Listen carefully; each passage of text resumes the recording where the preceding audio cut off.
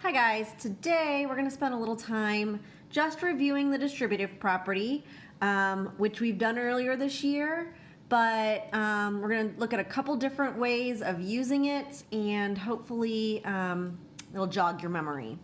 So like all properties, we use the distributive property to find our calculations mentally. So we want to be able to do this in our heads.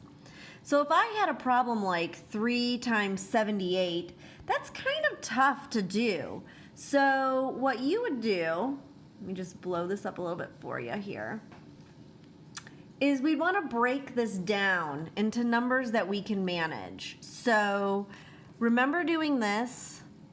78 is like saying 70 plus 8, and that's one way we could rewrite this using the distributive property. Now, to distribute means we're going to pass out that 3 to everything inside the parentheses. We're going to distribute it. And we're going to do that by multiplying, because that's what that 3 is really doing outside the parentheses. It's multiplying by what's inside. So we're going to multiply that 3 by everything inside. So what we're really going to think is, what is 3 times 70 plus 3 times 8?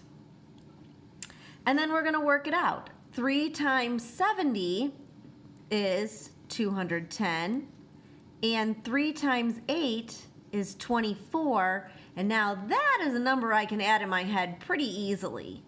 210 plus 24, that's 234. Okay, so when we're doing these types of problems, you're going to rewrite your problem using the distributive property 3 ways, and then find your answer. Okay?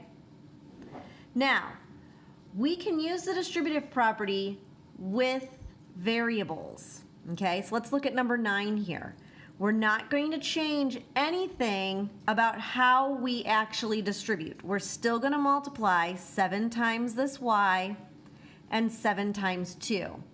But since I don't know what y is, I have to leave it as 7y plus 7 times 2.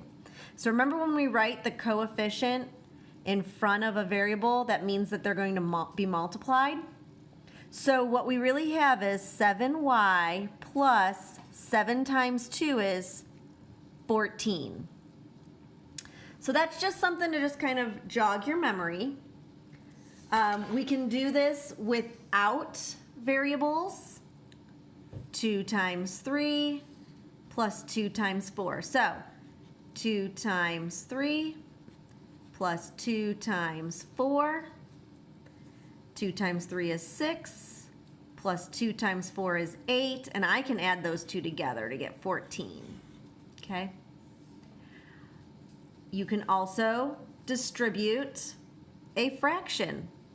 1/2 times 8 plus 1/2 times 20. Whoops. So here we go. I'm going to do 1/2 times 8 over 1 plus 1/2 times 20 over 1. So I'm going to ignore this part and just go 1 times 8 is 8, 2 times 1 is 2, plus 1 times 20 is 20, over 2 times 1 is 2. Now let's simplify this.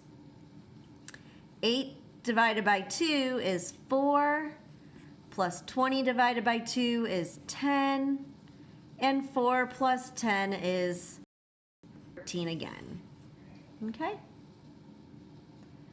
All right, so just wanted to refresh your memory on how to use the distributive property so you can do your quadrant work. All right. You can go back and watch any portion of this video as many times as you want, or watch the whole video again, but let's go ahead and WSQ in our notes.